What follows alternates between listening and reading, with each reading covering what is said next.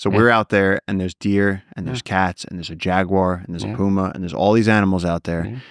And we're out in the night, in the inky black night, in this ocean of darkness beneath the trees, and we're just exploring and getting to see everything. And there's all these little eyes and heartbeats. I love the jungle at night, man. It's the most exciting thing. Yeah, one of the things you do when you turn off the headlamp, complete darkness all around you.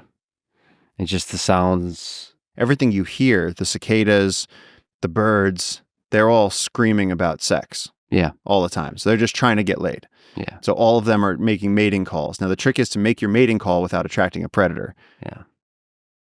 But at night, what amazes me is that for us, it's so from the caveman logic of it's hard to make fire here. It's hard to even light a fire here.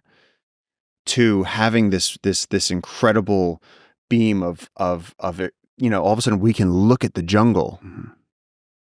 And walk through that darkness, then we're seeing the frogs on those leaves and the snakes moving through the undergrowth and the deer sneaking through the shadows. It's almost as supernatural as skydiving. It's a strange thing to be able to do that technology allows us to do. We're doing something really complex, and we're walking on trails that have been cleared for us, that we've planned out. And so walking through the jungle at night, you just get this freak show of biodiversity, and I'm addicted to it. I truly love it. Except for the times over the last few days when we walked through jungle without a trail. And that's just different. A different experience. Well, how would you categorize if somebody said, Lex, I think I'm going to go for a hike through the jungle, not on the trail? Yeah. What would you tell them? Every step is really hard work. Every step is a puzzle. Every step is full of possibility of hurting yourself in a multitude of ways. A wasp nest under a leaf, a hole under a leaf on the ground where if you step in it, you're going to break a knee, ankle, leg, and going to not be able to move for a long time.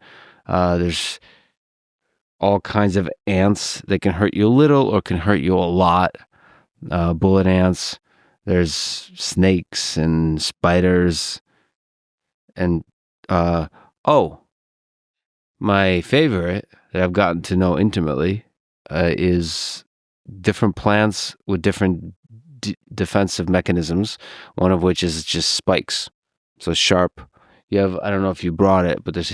I didn't bring it. Where's my club? There's an epic club with the spikes, but there's so many trees that have spikes on them. Sometimes they're obvious spikes, sometimes less than obvious spikes. And, it could be just an innocent, as you take a step through a dense jungle, it could be an innocent placing of a hand on that tree that could just completely transform your experience, your life, by penetrating your hand with like 20, 30, 40, 50 spikes. Yeah. And just changing everything. That's just a completely different experience than going on a trail where you're observer of the jungle versus the participant of it. And it truly is extreme hard work to take every single step. Now, just think about this. I think scientifically, because people like to summarize, people like to get really, really sort of cavalier with our scientific progress. And they go, we've already explored the Amazon. It's like, well, have we?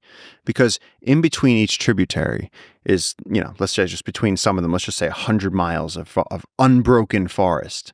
Who's explored that? Yeah. Maybe some of the tribes have been there. Maybe. Some areas they haven't been. Now, when you're talking about scientists, whether they're indigenous scientists, Western scientists, whatever, so many of the areas in this jungle that is the size of the continental U.S. still have not been accessed. And the places where people are doing research, see, I've been down here long enough. I see all the PhDs come down here and they all go to the same few research stations. They're safe. They have a bed.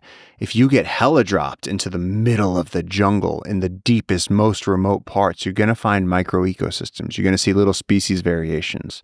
You're going to see a type of flower that JJ's never seen before, like what happened the other day. As you start walking through new patches of forest, you start finding new species, and everything here changes. You just go a little bit upriver, and the animals you see differ. You go on this side of the river versus on the north side of the river, there's two other species of primates there that don't exist here. And that's in the mammal paper that we did with the emperor tamarins and the pygmy marmosets that the rangers found.